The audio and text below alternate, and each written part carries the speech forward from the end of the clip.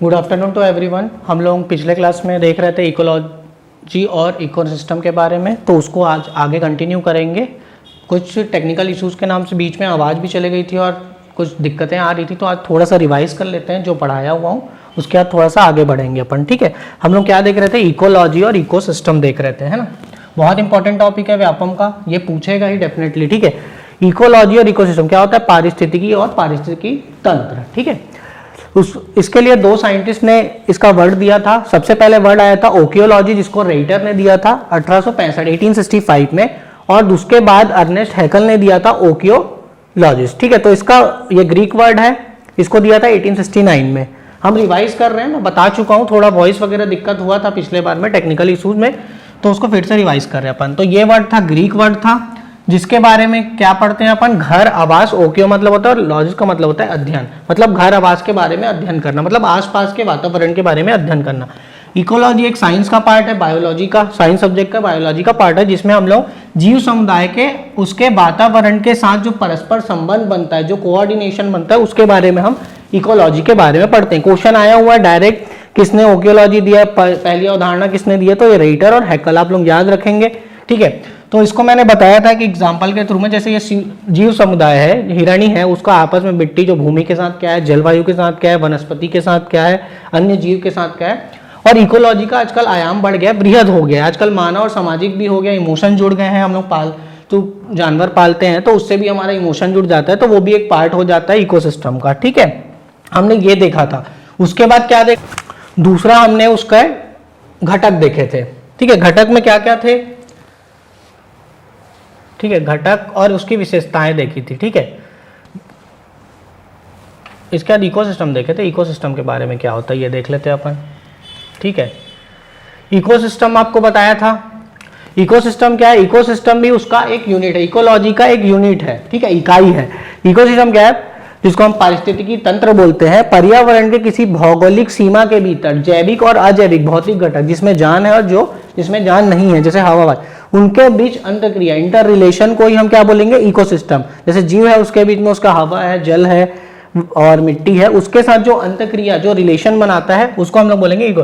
तो दोनों में अंतर क्या है? इकोलॉजी एक बृहद बहुत बड़ा रूप है। जैसे पूरा पृथ्वी में देखेंगे तो इकोलॉजी का बात करेंगे, और किसी एक पार्ट में बात करेंगे, जैसे घास, ग्रास इकोसिस्टम, घास का पारिस्थितिकी तंत्र है, जंगल का है, नदी का है, तो एक छोटा सा है। और पूरे पृथ्वी में तो कितनों प्रकार के भी इकोसिस्टम काम करे, तो पूरे को मिलाएंगे तो इकोलॉजी बोलेंगे, और इकोसिस्टम जस्ट उसका एक पार्ट है। ठीक है, तो इसकी अवधारणा किसने दी थी? एजी ट्रांसले ने दी थी 1935 में। बहुत इंपॉर्टेंट है, पीएससी 2018 में भी आया हुआ है ये क्वेश्चन। ठीक है, तो ये इंपॉर्टेंट है।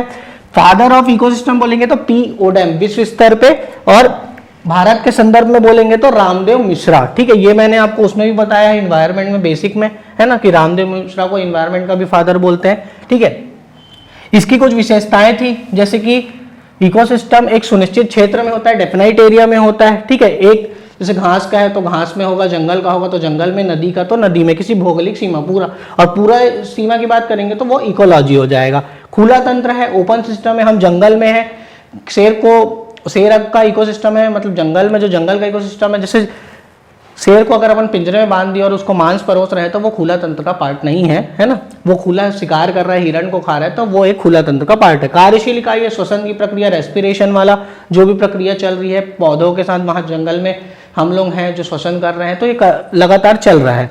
स्वयं की उत्पादकता है, मतलब खुद प्लांट जो है वो सूर्य की रोशनी से अपना भोजन ग्रहण कर रहे हैं, भोजन बना रहे हैं, ग्रहण कर रहे हैं, फिर उसको खा रहा है कौन?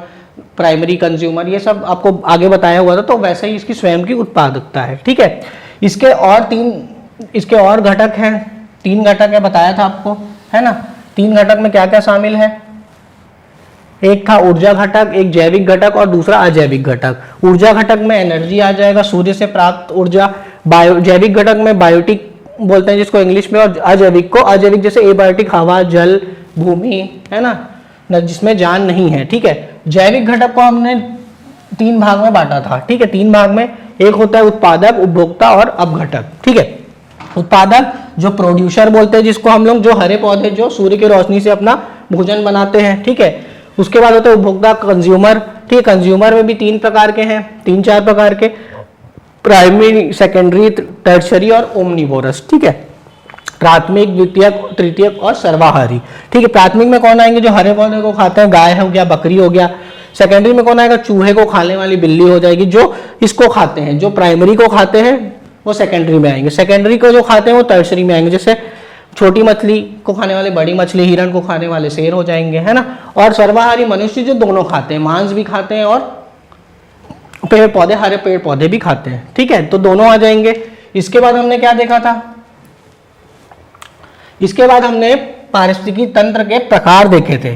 ठीक है, इसके कितने प्रकार होते हैं। ठीक है, तो इसके प्रकार को देख लेते हैं। ठीक है, इकोसिस्टम के टाइप देखे थे। दो टाइप के होते हैं, एक प्राकृतिक होता है, एक मानव निर्मित होता है। ठीक है, प्राकृतिक मतलब नेचुरल, मानव निर्मित ह्यूमन मेड। ठीक है, जो मनुष्य द्वारा बनाया गया। तो पहले मनुष्य वाला देख लेते हैं। जैसे फसल कृषि हम लोग करते हैं तो वो हमारा द्वारा बनाया गया है। ठीक है, भले भूमि वो है पर बनाया हमने है। वहां पे एक्वेरियम घर में ले आते हैं, वहां भी इकोसिस्टम काम करता है। उद्यान गार्डन हम बनाते हैं, वहां भी काम करता है, घास वाला, है ना। तो उद्यान ये भी अपने मानव निर्मित हो जाएंगे। नेचुरल में क्या है? जो स्व से, प्रकृति से बने हुए हैं, तो उसमें हो जाएंगे जली और स्थली। दो भाग में इसको बांटा गया है। ठीक है, स्थली में क्या हो जाएगा? लैंड, भूमि हो जाएगा, घास हो गया, मरुस्थल और डेजर्ट, जहां पे स्थल, भूमि स्थल है जो। ठीक है, जली में पानी वाला स्थल कौन कौन सा हो जाएगा? उसमें भी दो प्रकार का बांटा गया था अपन। पहला था क्या? अलवणी और दूसरा लवणी। लवणी मतलब ताजा पानी, फ्रेश वाटर में है, और लवणी मतलब सॉल्टी, खारा पानी। तो खारा पानी कहाँ है? समुद्र में है, ओशियन में है। आर्द्र भूमि का भी इकोसिस्टम काम करता है, पारिस्थितिकी तंत्र, तो उसको हम क्या बोलेंगे?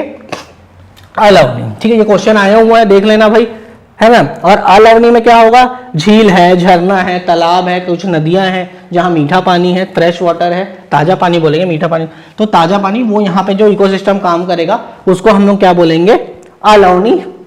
ठीक है, अलवणी पारिस्थितिकी तंत्र। ये हो गया उसके प्रकार। ठीक है, इसके बाद हम लोग मेन टॉपिक में आए थे खाद्य श्रृंखला में। ठीक है, बहुत इंपॉर्टेंट था। देखो, खाद्य फूड चेन बोलते हैं जिसको, है ना। फूड चेन, खाद्य श्रृंखला। जीवधारी क्या है? पोषण के लिए एक दूसरे पर निर्भर करते हैं। ठीक है, यही क्रम चलते जाता है और इसी क्रम में जो श्रृंखला बनती है ना, उसको हम लोग क्या बोले थे? फूड चेन बोले थे। जैसे कि देखो, प्रोड्यूसर, उत्पादक, उपभोक्ता, प्राथमिक, द्वितीयक और टर्शरी। ये ठीक है, एक चेन बन। जैसे यहाँ पे घास है, घास के इकोसिस्टम की बात करते हैं तो घास है, घास को खाने ग्रास होपर, टिड्डा, और टिड्डा को खाने वाले मेढक, और मेढक को खाने वाले सांप। ग्रास होपर, फ्रॉग और स्नेक। तो ये क्रम बना, एक चेन बना, तो इसी को हम क्या बोलेंगे?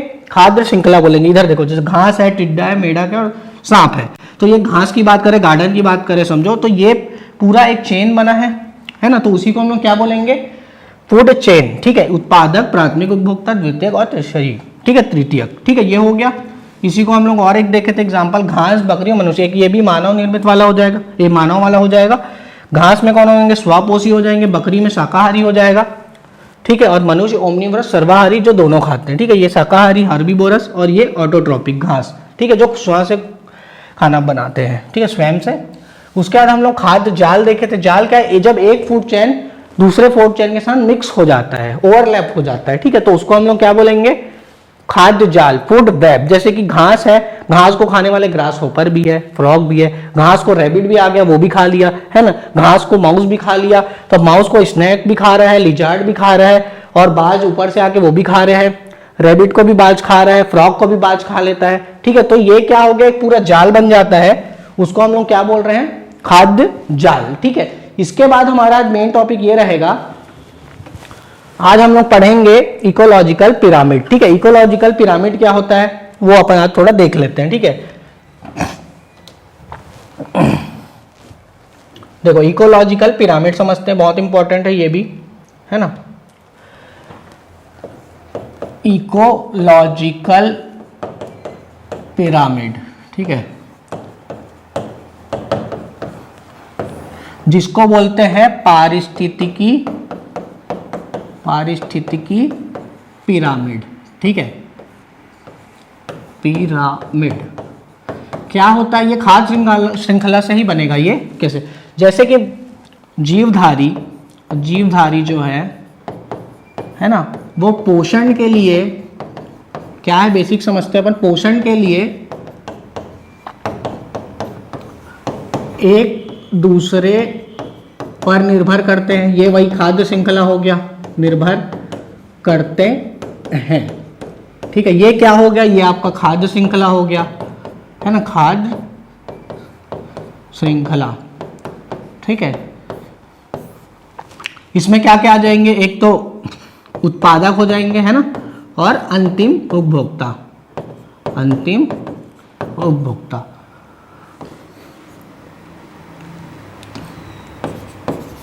ठीक है, यही अपना क्या था, खाद्य श्रृंखला था, यहां से क्रम बन रहा है। इसी पारितंत्र में एक सुनिश्चित, पारितंत्र मतलब पारिस्थितिकी तंत्र में एक सुनिश्चित क्या बनता है आपका संरचना बनता है। ठीक है, इसी से क्या बोलता है, खाद्य श्रृंखला में एक इसी पारितंत्र में कोई भी पारितंत्र लेंगे उसमें एक क्या बनेगा, सुनिश्चित क्या बनेगा, संरचना बनेगा, संरचना।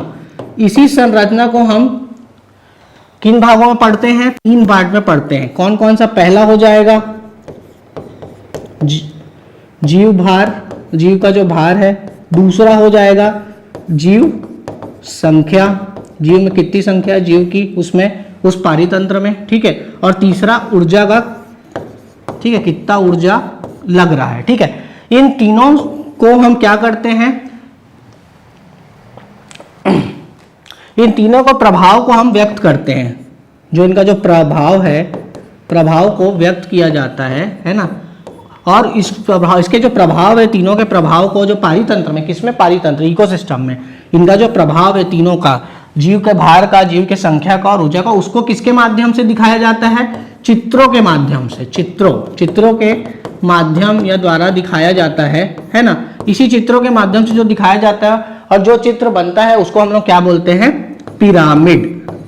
पिरामिड, ठीक है, पिरामिड, इसी को आगे बोलते हैं हम लोग इकोलॉजिकल पिरामिड। ठीक है, और कुछ नहीं है, ये बस चित्र के द्वारा दिखाया गया है, उसी को हम इकोलॉजिकल पिरामिड बोलेंगे। ठीक है, क्या है शुरू से देखते हैं। इकोलॉजिकल पिरामिड क्या है, जैसे जीवधारी पोषण के लिए एक दूसरे पर निर्भर करते हैं, जैसे उत्पादक हो गए, अंतिम उपभोक्ता हो गए। ठीक है, किसमें, पारितंत्र में। पारितंत्र और ये जो श्रृंखला बनती है वो एक सुनिश्चित संरचना होती है। उस सुनिश्चित संरचना में हम किसके प्रभाव को दिखाते हैं, जीव भार को, जीव संख्या को और ऊर्जा को। ये तीनों के प्रभाव को हम लोग व्यक्त करते हैं। किसके द्वारा व्यक्त किया जाता है, चित्रों के माध्यम के द्वारा व्यक्त किया जाता है। उसी चित्रों के माध्यम से जो जिसको दिखाया जाता है उसको हम पिरामिड बोलते हैं, और उसी को क्या बोलते हैं, इकोलॉजिकल पिरामिड। ठीक है, समझ आया। इसके आगे बढ़ते हैं। इसके 3 प्रकार होते हैं, 3 प्रकार होते हैं। ठीक है, पिरामिड के तीनों बहुत इंपॉर्टेंट है। पहला प्रकार लिख लो, जीव संख्या, जीव संख्या पिरामिड। ठीक है, दूसरा हो जाएगा जीव का भार। ठीक है, और तीसरा हो जाएगा ऊर्जा। ठीक है, ऊर्जा पिरामिड। ठीक है, तो इसको बोलेंगे जीव संख्या नंबर पिरामिड है, नंबर पिरामिड। इसको बोलेंगे बायोमास, बायोमास पिरामिड, और ये एनर्जी। ठीक है, 3 प्रकार होते हैं इसके पिरामिड के। ठीक है, आपको हमेशा याद रखना, ये डायरेक्ट क्वेश्चन आता है, ये हमेशा उल्टा भी बनेगा और सीधा भी बनेगा। ठीक है, उल्टा भी बनेगा और ये सीधा भी बनेगा। बायोमास वाला भी उल्टा बनेगा और सीधा, दोनों बनेगा, पर ऊर्जा वाला हमेशा सीधा बनेगा। ये क्वेश्चन पूछा गया है भाई, ऊर्जा वाला जो पिरामिड बनता है इकोसिस्टम में, पारितंत्र में, वो हमेशा सीधा बनेगा। बाकी जो 2 बचेंगे, जीव संख्या और जीव भार वाला, वो हमेशा क्या बनेगा, उल्टा भी बन सकता है, सीधा भी बन सकता है। ठीक है, तो इसको हम लोग एक ठोक देखते हैं आज, फिर कल दोनों को कवर करेंगे। ठीक है, पहले अपन देखते हैं जीव संख्या पिरामिड। जीव संख्या, जीव संख्या मतलब नंबर ऑफ स्पीसीज। ठीक है, नंबर पिरामिड। ठीक है, इसको हम लोग देखते हैं जीव संख्या। ये उल्टा और सीधा दोनों बनता है। इसमें क्या निर्भर करता है कि जीवों की संख्या के ऊपर निर्भर करता है कि ये कैसा बनेगा। ठीक है, जहां नीचे बनेगा, जहां नीचे सबसे ज्यादा जीव संख्या होगी, ठीक है, जहां नीचे सबसे ज्यादा जीव संख्या होगी वहां क्या बनेगा, सीधा बनेगा। और जहां ऊपर ज्यादा जीव संख्या ज्यादा होगी वहां क्या बनेगा, उल्टा बनेगा। जैसे देख लेते हैं, देखें,